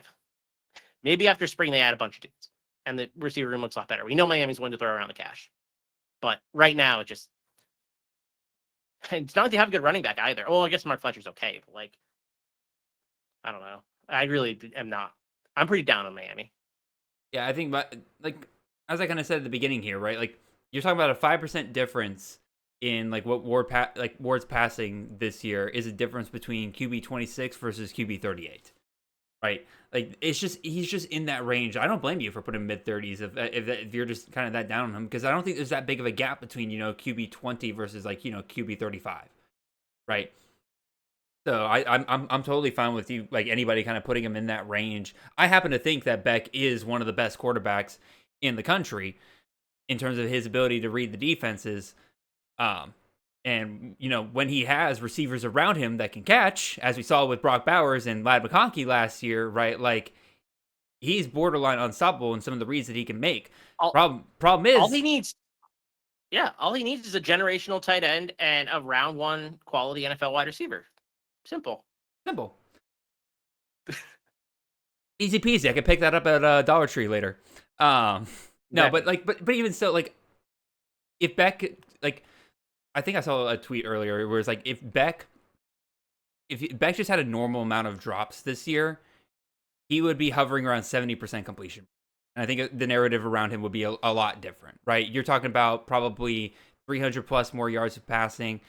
I don't know how that impacts his interceptions, but a lot of people kind of point to his interceptions this year. It's like, oh, he's got 12 interceptions. I'm like, over half of those came in like a 3-game stretch. Like it was like a bad stretch. Don't get me wrong, but like clearly something like it was just like a minor case of the yips throughout that period. And he kind of got back on track to end the year. Right. So like, I don't think that period of Beck is like the Beck we will always like, that's the true Beck or anything like that. Clearly not. We saw him do it all year in 2023, but even so, I agree that Beck is, if people are going to draft Beck thinking that they're going to get a Cam Ward upside, I think they're going to be mistaken greatly. Speaking of guys with, go ahead. Yeah, I was going to say, like, I don't see a path to quarterback one for him. I just don't know that it exists. I don't see it either. I think QB 20, like 15 if we're lucky. Like if that's like a perfect storm, Miami's defense just everything breaks right, and you get QB 15, especially with his lack of legs. I don't know. He's probably a player that I'm not going to draft any of because I think people are going to like him more than me. Yeah. All right. Speaking of guys with super high upside, let's talk about Haas Hedgeny. I think I'm pronouncing this correctly. The uber athletic quarterback out of TCU, formerly true freshman last year, a guy that a lot of us really liked because he kind of like John Mateer and Devin Dampier is just that prototypical type of quarterback that if he can find the right system, he's going to be a monster for CFF because his legs are absolutely incredible. We liked him landing there at TCU. The problem is he's sitting there behind Josh Hoover. Josh Hoover's not an NFL quarterback. He's not going anywhere for the next couple of years. Hedgeny kind of read the writing on the wall. He said, all right, I'm out of here. And he goes over to Oklahoma State, right? Ox, I'm not going to steal your thunder too much here, man. I've just remembered that this is one of the guys that you put up here. So I'm going to let you take over the reins here. But I think this is a super fun idea of a transfer destination for Well, it is his transfer destination, but I think people like the idea of this potentially more than what we could get out of it. What do you think? I think of this as the Spider-Man meme, and Haas Haney. I think it's Haas Haney. Haas Haney, but I think he's German, and that's how you would pronounce it, right? I don't know. Either way, with him, I think you have him as one Spider-Man, and you got Avery Johnson as another Spider-Man. They're pointing at each other. Like I think this is like essentially the same player, essentially the same situation. Like, I don't think he's quite as good passing the ball as Avery Johnson was, and Avery Johnson wasn't like great at it, but like he's better than I probably thought he was going to be. Like crazy athletic upside, super speedy, actually, like one of the highest rated quarterbacks from an athletic and speed standpoint that we have in our database. Like he's really good with his legs. Like that's obviously the case for the upside. I think he starts at Oklahoma State. Like I don't think you bring him in to sit him. Like I just don't think there's another quarterback that's really talented on that roster. So I think he gets the start. And if his legs is like, I think he can have 1,000 yards rushing. Is that crazy? That feels a little crazy saying it out loud. Like I think he could do it, man. Like I don't know that there's a big difference between him and Avery Johnson in this conference. I really don't. I mean, I can see that, right? Again, he was highly rated last year for TCU. We all kind of, like I said, we all kind of picked out like, hey, this dude starts, he could be an absolute monster. You kind of mentioned his speed. Our recruiting team clocked him at 21.7 miles per hour, which is one of the fastest times in his class. Like, he is hell on wheels. I'm a little concerned. Like, I think he has the pieces to get, or I think he has the chance to get this start. Right? I just don't know that, like, if I don't know if Gundy is kind of just doing a shotgun strategy here with quarterback, right? Because Garrett Rangel's still there; they haven't transferred out. If Garrett Rangel starts over him, by the way, I'll just drop him off my roster. Oh, I agree. Like that just tells me he stinks. But like straight up, but if like Garrett Rangel starts over him, I don't know. I'll tell you. Maya Liuwaki Smith is still hanging around as well, and that he to me, you talk about Spider-Man meme, like they're like that's two guys kind of pointing at each other right there. Where like Smith's very athletic, kind of provides a nice upside. I think those two might end up battling for the starting job right there. I kind of forgot that he was on the team, to be honest. But he wasn't bad when we saw him. Like, he showed some flashes. By the way, you were correct about the pronunciation. It is Haney. I looked it up. Okay, I thought so, but I wasn't. I also was not 100% positive. So we have him as 89th percentile speed score, 89th percentile agility. His top comps in our athletic database: Marcus Vick, Seneca Wallace, Russell Wilson, John Reese Plumlee, Garrett Green. Like, yeah, some of those are kind of sexy names. Just saying. Yeah, I definitely agree. Let me ask you real quick, Mox, just a clarification on our database there. Those percentile scores, is that against all, like all players, or is that just other quarterbacks?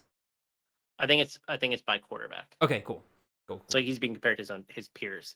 Is my understanding of it, and if I'm wrong, then I'll get DMs. And I was going to say, if you use 89th percentile score compared to all players. Correct. I mean, he's still right. We clocked him at like 21. Oh yeah, that's still pretty fast. So like he's pretty darn fast. He just isn't. I don't know that he has any NFL upside. So like that's probably good for our purposes, right? Like, he's pretty small. He's like 5. He's probably 5'10" and like 185, 190. So like he's not very big. Imagine Noah Fafita if you attached a rocket onto the back of him. Yeah, that's a good way. That's a good way to put it. Yeah, he's tiny, but I you can sell me on the upside of Haney being like a top 12 quarterback. Oh, agreed. Like I can build that case. I think way easier than a lot of other players that we've talked about. But I think the upside is pretty tremendous. Here's the point that we've kind of been bringing up with other guys here, Mox. Who's he throwing to? Who's helping him in that backfield? Yeah, but with like Carson Beck, for example, like there was no legs. Like I think the legs are the difference maker. Like he might only throw for like 1,800 yards, but like 15, like. But like with Kaden Salter, right? Like you were talking about earlier, like if there's no run game, like that's gonna hurt Kaden Salter at Colorado, right? We lose Ollie Gordon here. Is there anybody in Oklahoma State's backfield that we trust? Again, I kind of like the freshman that they had. Did you even trust Ollie Gordon last year? I mean, you're correct. But like again, like I kind of like Fields. The freshman they had there last year, I kind of like what I saw out of him, but like none of these guys really strike me as like that next Mike Gundy running back. I'll take my shots on it because that's just what you should do. But again, yeah, I think it's totally fair. Like to wonder like are the skill positions good enough that he isn't basically drowning, right? Like, if he's the only dude that can do anything on the offense, they'll just key in on him and like. It won't go anywhere. That's just the reality of the situation. But you don't have to like. Where do you think he's getting drafted? Is the thing that I keep coming back to is like, well, if I don't think he's getting drafted as a top 35, 40 quarterback, like I don't really think it matters. Like you just have to sell yourself on the upside. You know how the CFF community is sometimes, man. All we need is one Mike Bainbridge, one Josh Chevy to draft him in like the 8th round of this way too early draft coming up, and that sets his price for the rest of the year. Well, whoever does that is a genius because I don't know. I really do think that the upside here, based on where I project him to go in terms of ADP, which is probably outside the top 35, 40, is pretty high. Maybe I'm like way off on my ADP here, and like he's going to go as like a top 25 quarterback. Maybe again, But I just think the cost relative to upside is pretty dang good. I could see him absolutely being a guy that differs in ADP greatly depending on who you're drafting with. I could totally see that. Yeah, and he's a player that we loved at Campus Camp. By the way, yeah. like he was in our tier 3, I believe, of our freshman guy. Like, he's a player that we were really high on. Like, this is not some dude who like we think stinks. Yeah, this is a player who we think is pretty darn good. Just so people get an idea, like tier 3 for us last year included guys like Damon Williams, Elijah Brown, Will Hammond, and Isaac Wilson. These are no slouches. So, all right, let's move on to our last 2 quarterbacks here. Let's finally get a G5 transfer here, man. Let's talk about Caden Veltkamp going from Western Kentucky to FAU. And if you haven't been paying attention, you're probably sitting there wondering, like, Jared, what the hell, man? Why are you so excited about this? Like, Veltkamp was great last year. He was, QB 35 in total points, which is pretty solid for a guy that didn't start for the first couple of games. Fantasy points per game, he was QB 27, and that includes him getting knocked down because, he played a couple snaps against Bama and got destroyed. So he probably, in reality, finishes a lot higher than that. In fact, I can actually check to see what he did in conference, because now I'm curious. He was good, but I didn't think he was great last year. I thought the entire offense really took a step back. I mean, I think now I will admit, I think part of my enthusiasm is the fact that he was significantly better than TJ Finley. And so that okay, so you know what? I'm so happy for Caden Veltkamp getting the heck out of that's Western what Kentucky, where they treat him like a dog, man. Dude, I was about to bring that up. Like, one, I'm happy for him because, again, he's getting out of this coaching staff that has just screwed him over twice. But ridiculous. But he's clearly the quarterback out of the roster. What the heck is going on in practice? I don't know. Trying to convert him to a tight end. Get out of here. I don't know, man. It was super, super weird. But, like, again, he goes into the portal. Immediately, my heart sank a little bit because I'm like, oh, no, he's going to try to do, like, a P5 or a P4 spot or something like that. Nope. Stage G5 goes to Florida Atlantic. And he, quote unquote, reunites with Zach Kitley because, again, I don't know how strong the connection there was, because I think Veltkamp was only there for his freshman year with Kitley. So, like, I don't know how strong that connection was, but clearly strong enough that Veltkamp said, "Hey, I'll come play for you at Florida Atlantic. Like, I know the offense that you're trying to run." Yeah, on paper, this is super exciting. Like, Veltkamp reuniting with Zach Kitley getting full control of the offense again, like playing at Florida Atlantic, which, isn't CUSA, but I think it's a talent level that Kitley can get that offense going again, hopefully. But that's the major question, right? Can Kitley get back to replicate that 2021 WKU team? If he can, Veltkamp's going to be an absolute monster this year. Easton Messer, who followed them to FAU, is going to be a monster this year, right? Mox, do you trust that? You trust that path potentially there? Yes.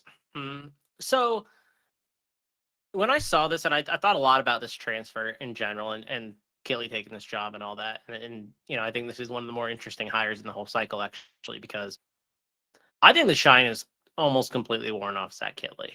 Like, he really wasn't very good the last few seasons, and I don't think that was a product of talent around him. Like, I just don't know that he was doing a good job as an offensive coordinator. So, was the level too high for him? Is this question that I asked. Like, is the scheme just not going to work at Texas Tech? But it might work at FAU. I still think there's enough passing concepts and just like raw Notre Dame's pass rate numbers are going to be like 10% above average. Like, they're going to be like at least 55-60%.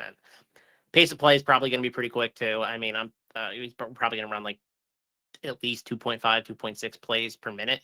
It's like, all that stuff tells me Veltkamp's dropping back like 35, 40 times a game, which doesn't really matter if your scheme is good or the player's good if you're going to drop back that many times, right? You could be super inefficient and put up like a top 25 season. That's just the reality of the situation, especially at FAU, which is not a competitive conference, right? The defenses there are terrible. And FAU, you saw a little bit from their passing game this year with a really bad quarterback play too. So I think that they are good. Like, I think the conference is bad enough where it doesn't matter if all those things aren't true. Like, I don't think Rip Kitley can replicate 2021. I don't know how good Kane Camp is, but I don't know that any of that matters.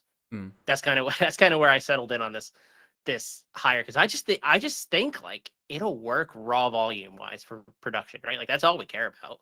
It doesn't have to look pretty. It probably won't look pretty. But I think it'll work. I mean, that was what WKU's offense last year, right? Didn't look pretty, but we got That's the stats true. we needed, right? I just looked it up. Kate Feldkamp among all quarterbacks in conference opponent fantasy points per game, he was 18th in the country.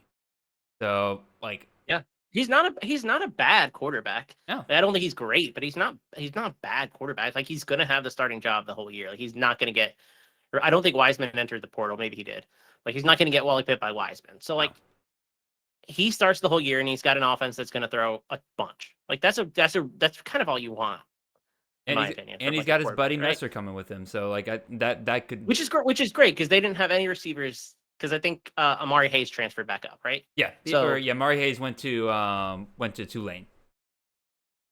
Okay. Yeah.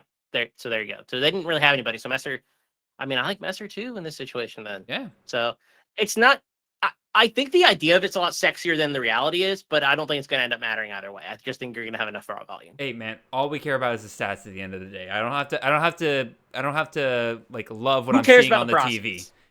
So, all right, last one here that we'll go real in depth on. Then we'll kind of rapid fire some to end the show here, Mox. But this is a man that you not only wanted to talk about, but you actually added to my show sheet because I forgot about this man. Shame on me. You had like 28 quarter. Yeah, we're going to peel back the curtain for a second. You had like 28 quarterbacks or like 29 quarterbacks that had transferred. And I was like, okay, yeah, those are good names. And then this guy's not listed. So take it away. No, I'm not taking it away. This is your man, but I'll introduce him here. Reese Poffenbarger, the former, Abilene Christian, then Miami quarterback, now transferring down to North Texas. So obviously, Mox, one of the more intriguing spots in the country for quarterbacks next year, right? I mean, Chandler Morris just got done being QB7 on the year there. What do we think about Poffenbarger here in this whole North Texas quarterback situation? So I liked him last season at Miami. Like, I didn't think he was going to be like Kim Ward, but like I think he's a good player. I mean, he had a pretty monster year his final season at Albany, and he's a ton of starts too. Like, this is a dude who's really comfortable as a starting quarterback. I think he's got like 38 career starts, or he's playing 38 career games. Like, obviously this isn't an unproven guy. His legs are pretty good. Like, I think, I don't know who made this comp, but it's quite a good one. I think he's like Zach Wilson-esque.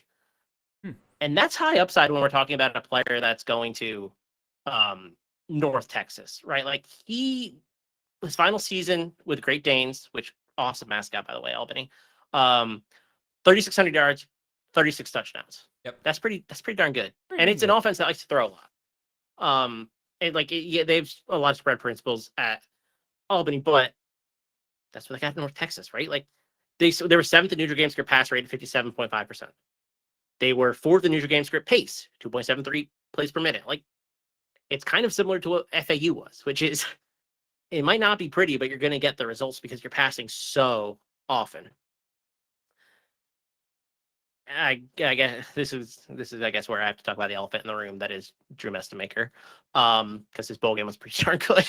Yeah, it's a real competition. Like, I thought Poffenbarger would have won the job like it before I saw the bowl game. Like, I felt pretty confident. Like, I think he's a really solid player. Like, I think he's gonna, if he does start, do really well here. Mestemaker throws for like 400 yards, 2 touchdowns, 55 on the ground, and a touchdown. So like, he took a couple bad sacks, but like, so what? He was awesome in his first start. And that was his first start since what? His freshman year of high school? Like, good Lord. The dude had not played in a very long time. He came in and looked awesome. So I'm wondering kind of like, is this like, did Poffenbarger go here before they knew what the staff had in Mestemaker? And I'm thinking yes. So I'm a little worried about it. But I think regardless of which quarterback wins this job, to be totally honest, you're in for a really good season. Like, the second half was really bad for sure. Like, not the second half, last couple games. I was gonna point out the last 4 games for North Texas were horrendous. So I watched this game against Army, and Chandler Morris probably threw the worst interception I think I've ever seen a quarterback throw in the end zone. Like, was he in on the take kind of interception. I think the offense is probably closer to what we saw the first half than like the last few games, but there is I'm concerned, right? I don't think Eric Morris is like a super sharp offensive mind, but I keep going back to the same principle I just talked about with FAU, which is you're throwing a lot of plays. So if you're dropping back 35 times a game and Palmgren can scoot, like 50-yard touchdown against it was a Marshall in 2023, and I was like, oh, this dude's fast. Like this can run.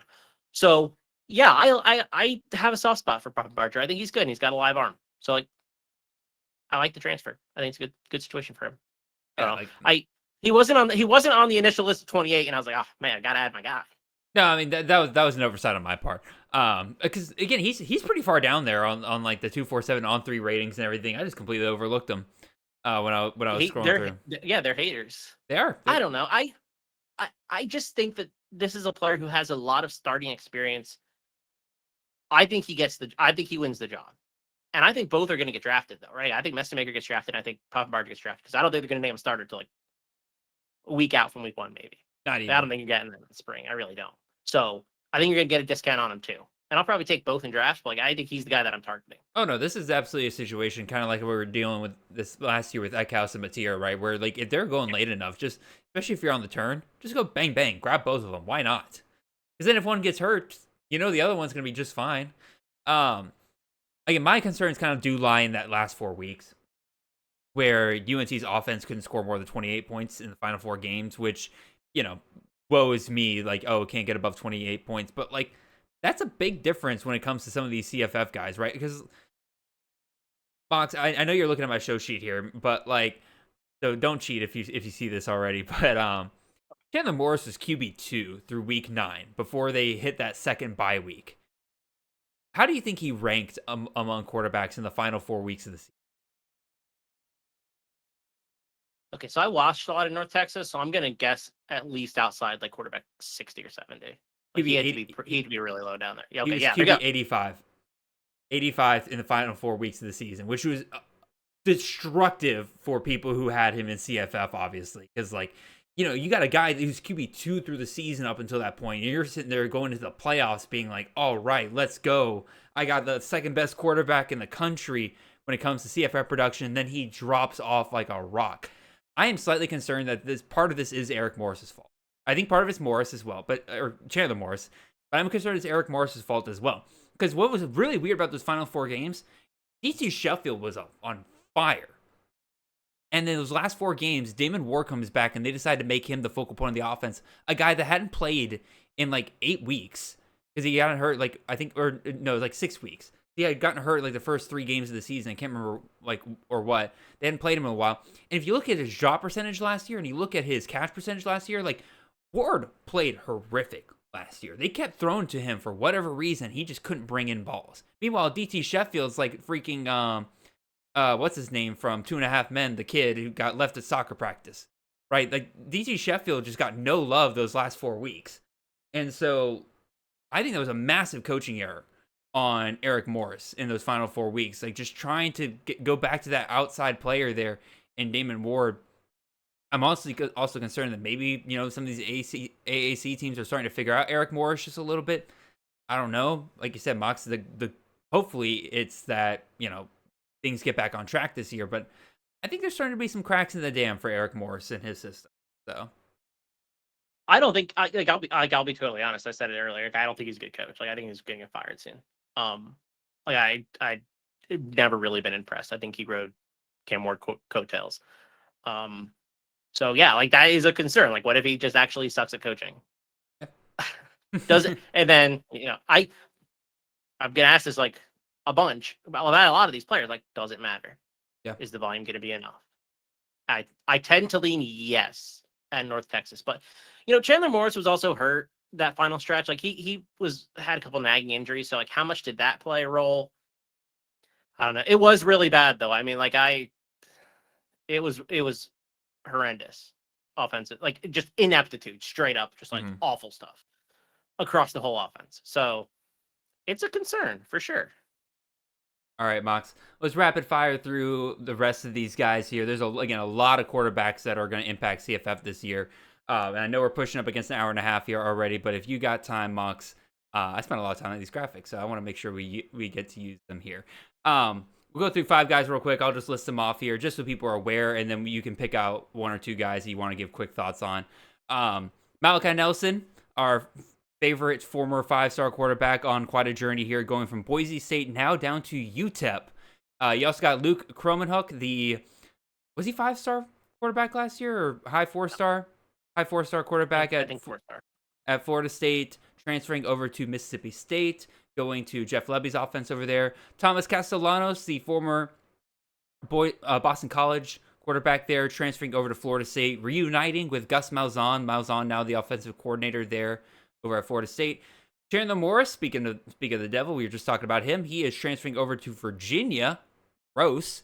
And then you have Mr. Taven Jackson, the former Indiana quarterback, heading over to Scott Frost and UCF there. So, Mox, you got any quick thoughts on any of these guys? Man, what a group of players. That's my first thought. I like UTEP. I think Scotty will it's year 1, and quarterback play was just awful.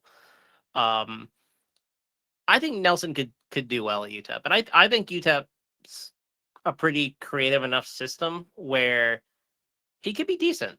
I don't love it. Like, this is a former 5-star quarterback who was tied to Lincoln Riley. Now he's at UTEP. Like, there are questions there. He can win the job at Boise State over Maddox Madsen.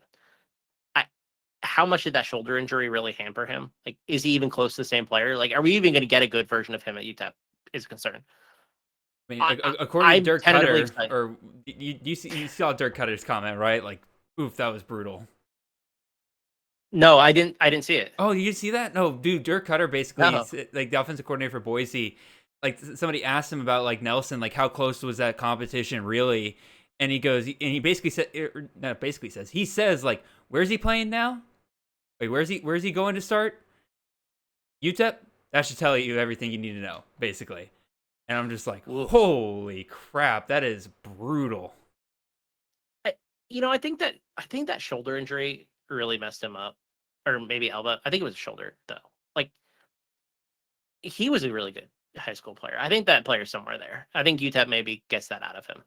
I mean, he's not going to throw for 3,500 yards, 30 touchdowns. Let's just like push that to the side. But I think you're going to get okay production from an offense that I think is creative.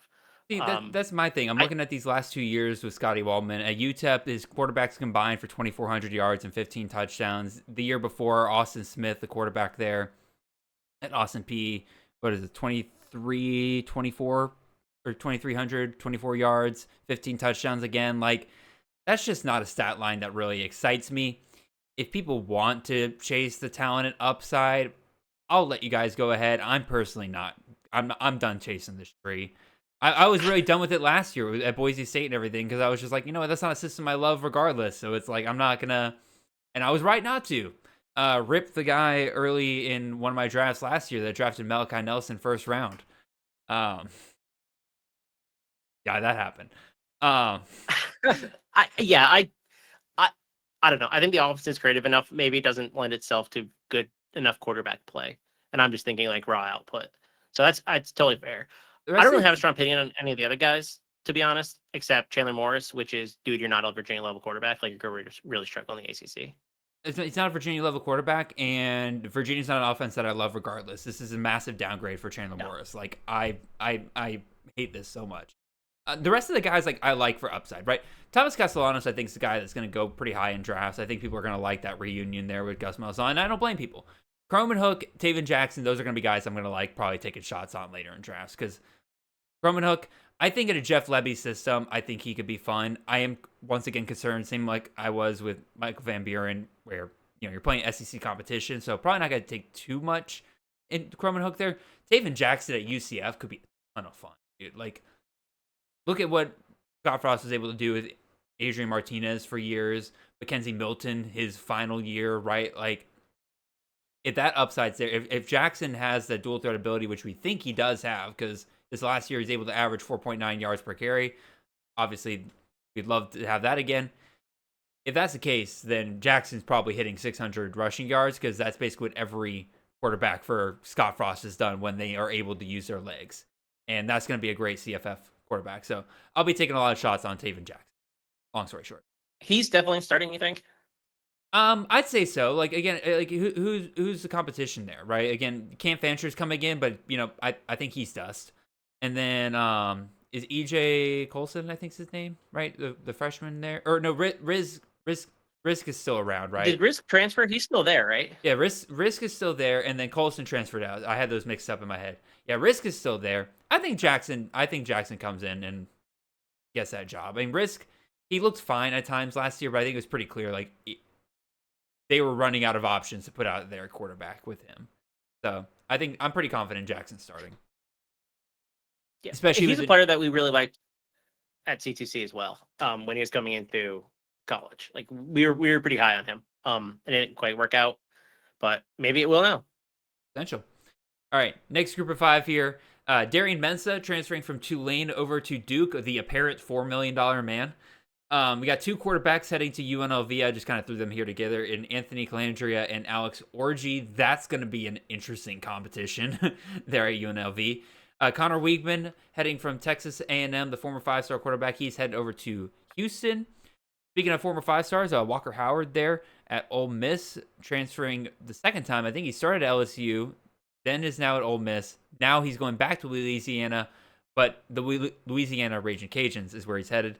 And then Bo Pribula, the former backup quarterback there at Penn State, headed over to Missouri. So, Mox, strong opinions on any of these guys?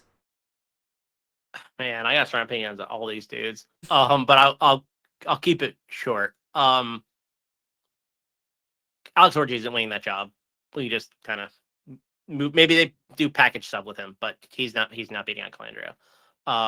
Maybe he finally transfers to running back. Maybe, or tight end. Like, he's an athletic dude. Like, you utilize him that way. Like, you don't have to be a quarterback, buddy. It's not going to work out. You're not playing on Sunday as a quarterback, I promise. I love Darian Mensah. Not really sure the upsides there at Duke. I do think he's a really good quarterback. And I actually disagree a little bit. I like looking at this, right? Like, so. Oh. Like, looking at this, like, Duke was surprisingly a very pass-heavy team last year. Like, that's the system they kind of want to run. Yeah, they there, were. right? They threw over 420 times, right?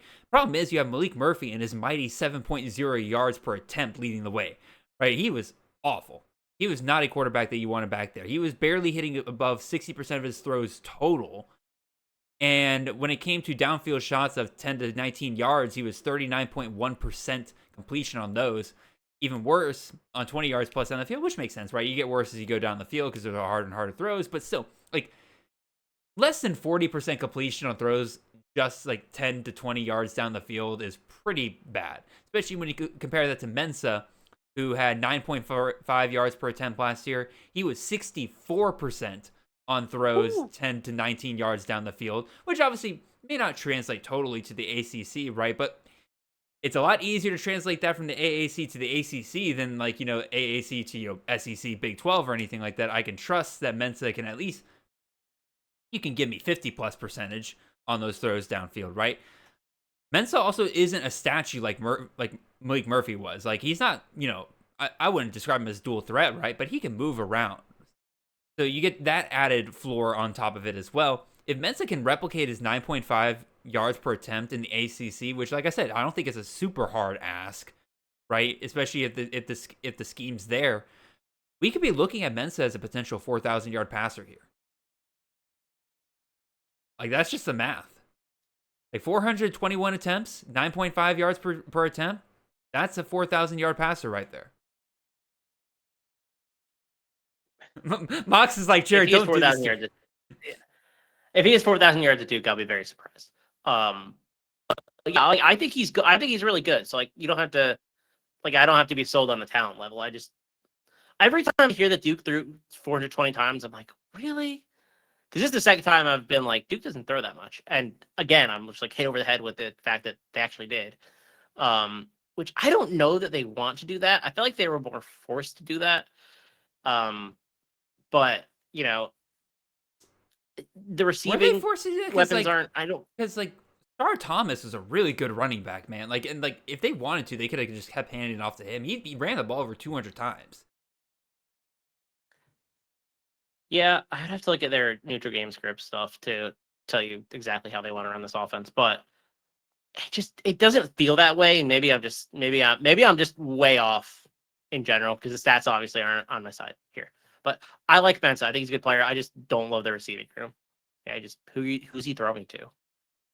Fair point. I'd really like them to add somebody good in the receiving room because I think that helped. But he also wasn't throwing a lot last year. That's just not the offense that Summerall's running at Tulane. So it'll be interesting. But yeah, I mean, I like the player a lot. I mean, you don't think that Cooper Barkate out of what is that? Is that Harvard? It is Harvard. And Andrew Anthony. I really don't know much about him. And Andrew Anthony is I forgot they added Anthony. Anthony could be fun. Be fun. Mensa could get to him downfield. My other one that I kind of think's decently interesting here. One, I think Clandry could be a ton of fun at UNLV, but that's kind of all the thoughts I have on that. But like Walker Howard's an interesting one there at Louisiana. Like big fish, small pond kind of situation here. Like, former 5-star quarterback going to Sun Belt. He had no contact, so it's pretty clear that, this is Louisiana's plan here with Wooldridge being done after this year. But it's like, how high of an upside is that, right? Wooldridge finished this year QB 62 in total points, QB 47 in fantasy points per game. Although Wooldridge at one point this season got as high as QB 21 in fantasy points per game through week 5 of the season. And in total points, he was as high as QB 17. So I think if you get a guy that can stay healthy, there's a potential for, a CFF quarterback here in Walker Howard, just kind of being a talent level high above everybody else in the Sun Belt. He does lose Draylen Washington, who I know you love, Mox. Terrence Carter's gone as well, so that's a huge hit to that passing game. But they get Sheldon Sampson, the guy that, everybody was treating like a god, even though he didn't do anything his first year at LSU. But you got any thoughts on Walker Howard? Or I'm pretty sure he just isn't good. Like every year you get a 5-star who's like, why is this dude a 5-star? And he's that guy. And I'm pretty sure Austin Simmons was ahead of him on the depth chart. And I kind of like Austin Simmons. Like that kind of tells me all I need to know. Also, I'm sure he's a nice kid. I'm not talking personally, right? But you really think that you need a no contact tag in the portal to go to Louisiana? Really, Walker? You're not that guy, pal. I mean, just to save yourself the headache. If it's if you're 100% like I'm going here, whether it's because of family or whether it's because of you're just well, they got a really good neuroscience program over there that I want to get involved in. I'm just gonna if you're not considering any other options, might as well hit the no contact tag, right? If you already know where you're going. Yes. So he's from the area, so I mean it makes sense. So one note before we move on to the next group is Duke. You were right. Duke's neutral game script pass rate was 8% above average. It's in neutral game scripts they wanted to throw, and that's kind of surprising to me, but that's the facts. Which is again made even worse by the fact they had Malik Murphy as their quarterback option back there. So yes. All right, let's go ahead. Last full group here, and then we got a couple other guys to kind of touch on after this. But Dylan Lonergan, the former 4-star quarterback at Alabama, he's heading over to Boston College, reuniting there with Bill O'Brien. Appalachian State adding 2 decently intriguing quarterback options there in A.J. Swan, the former Vanderbilt and LSU quarterback, as well as former Iowa State backup J.J. Cole. I am not sure who wins that job. I lean Swan, but I'm not even sure that it's a job we really want. Ethan Vasco, the former Coastal Carolina quarterback, heading over to Liberty, reuniting with Jamie Chadwell over there. That could be a ton of fun. Brendan Lewis, the quarterback out of Nevada, I think he was a top 24 quarterback in CFF this year, which was top 30. He was QB 27 on the year. He's heading over to Memphis, which my initial thought is I feel like that's a bad fit in that offense, so I'm not sure how much I really love that. And then Nate Yarnell, the former Pitt quarterback, he's headed over to Texas State, which is intriguing for all of us because we do love that Texas State offense. I just don't know if I trust Nate Yarnell there, but if Jordan McLeod can do well over there, I'm sure Nate Yarnell can do well. Fox, your thoughts, man? I don't think Nate Yarnell's going to start at Texas State. I think it's going to be Brad Jackson. I think he's a much better player. You think Brad Jackson takes the job? Yeah. Yeah, and Brad Jackson actually has a ton of upside considering how good he is as a rusher. So I think if Nate Yarnell starts, it's a mistake. But, what do I know? I mean, Brad Jackson I don't like any of these. Was less than 55% on his completions. Granted, he didn't throw the ball a ton, but I think that's also part of the problem. When they threw him out there not to throw. So it's like, can he be a full-time? Yeah, and I think he can throw for what it's worth. He was a quarterback that we actually ranked in our CFF guide. You really don't see, or not CFF recruiting guide last year. We really don't rank G5 quarterbacks. Like, they have to be pretty good. We have to have a really good feel on them. And he's a guy that made it. So like he's a player that I think is better than Yarnell. But we'll see. I don't know. All these fits, I'm like kind of gross, whatever. I think Vasco's the best one because I think, familiarity with Chadwell, it's a good offense. They have resources theoretically to bring in talent. Mm-hmm. I think Vasco is probably the best player of all the guys listed here. Agreed. So I think he's the guy I'm most excited about. But like, I don't know. I don't see myself drafting really any of them. I think JJ Cole wins that App State job. Like, I'm not confident in that. Like, I like JJ Cole as a prospect, but like we haven't really had a chance to see it. So I don't know.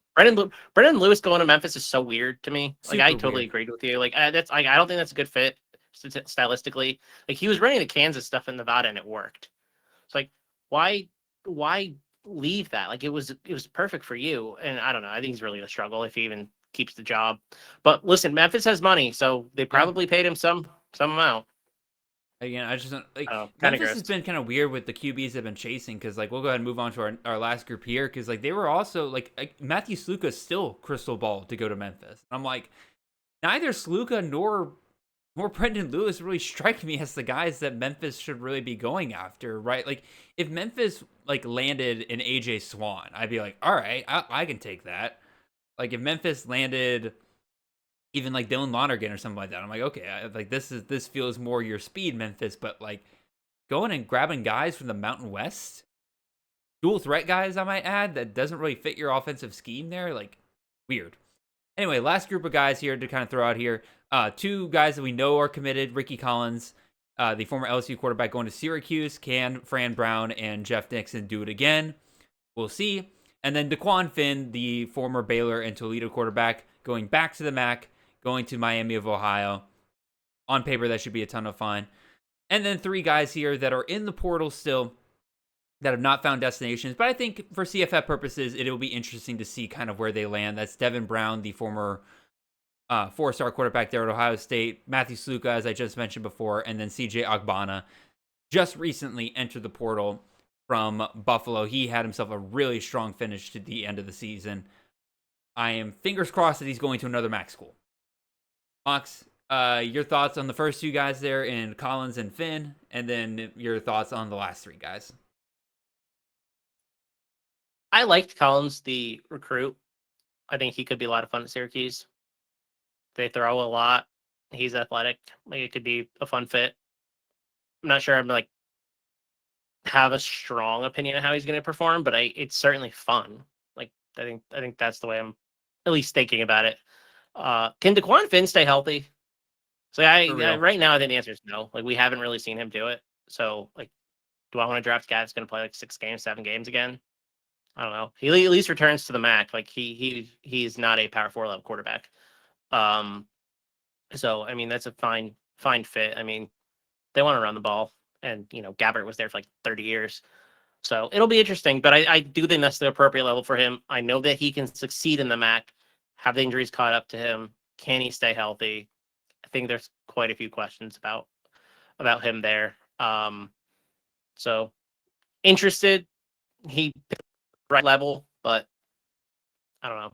Too many injuries really like make me question it. But if he stays healthy, he's probably going to be a top 30 quarterback, top 40 quarterback. What about these last three guys between Brown, Sluka, and Ogbonna?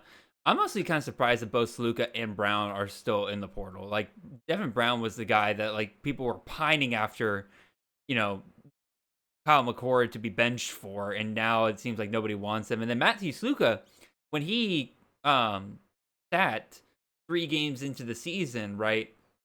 People were talking about like, oh, this guy's already got a portal destination. Some Power 4 team gave him a massive deal or something like that for him to enter, like basically enter the portal early in the season. He's still here with no destination. So it's like, I feel like that narrative got shot down there. But that either things changed, but still like. I want to know who like legitimately thought that after watching Matt Sluka play for UNLV, because the dude is clearly not a P4 level quarterback. No, he's clearly not. To me. Like I don't know.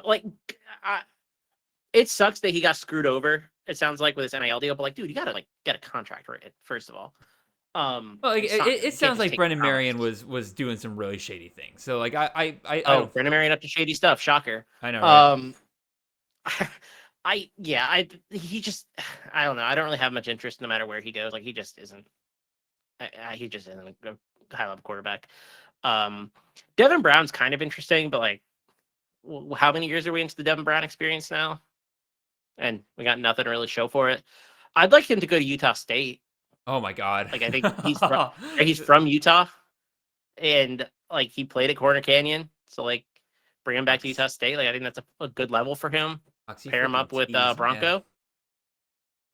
Yeah. Could be kind of fun, dude. Utah State needs a quarter. Well, actually, no, they still got Bryson Barnes there, right? So like that could be a ton of Bronco Ben. I think it'd be interesting. Like I think that's the level that he should go to, and I think that like it's close to home. And I think there's a lot of reasons that it makes sense. I think the best player on this list might be CJ Gbana, but I don't know where he's gonna go. Like he outperformed my expectations. I already kind of liked him, but he was much better than I thought he would. But Buffalo had a lot of talent. Like I don't think people realize that Buffalo had some like good players on this team. Oh, yeah. Like Victor Snow is a good player. Algie Henderson's a good player. Like they are not lacking talent. Is CJ Gbana going to go to a better situation than Buffalo? I find that hard to believe.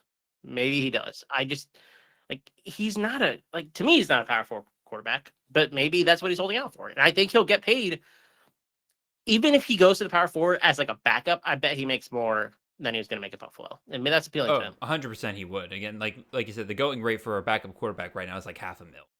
Like I doubt that Buffalo is shelling that out even for their starting quarterback. Speaking of backups, one last thing I just want to throw at you real quick, Mox, and again, I promise go back to watching your birds. I got 5 guys here that I'm listed that people might be interested in that I've got listed currently as they transferred to be a backup. Right, some of these are pretty obvious. Aaron Nolan, Walker White, Michael Van Buren. None of those guys are going to be starting. 2 names here I do have listed though: Danny O'Neal at San Diego State, or previously at San Diego State, now going to Wisconsin. I think he sits behind Billy Edwards over there, because good Lord, he was not ready to start last year. And then Tyler Van Dyke, speaking of Wisconsin players, transferring from Wisconsin now back to SMU, reuniting with Rhett Lashley there. Van Dyke, is there a chance that he starts over Kevin Jennings? Because Kevin Jennings, I know for a fact he's gonna be drafted decently highly, and I wonder if people need to understand that if there is a risk there.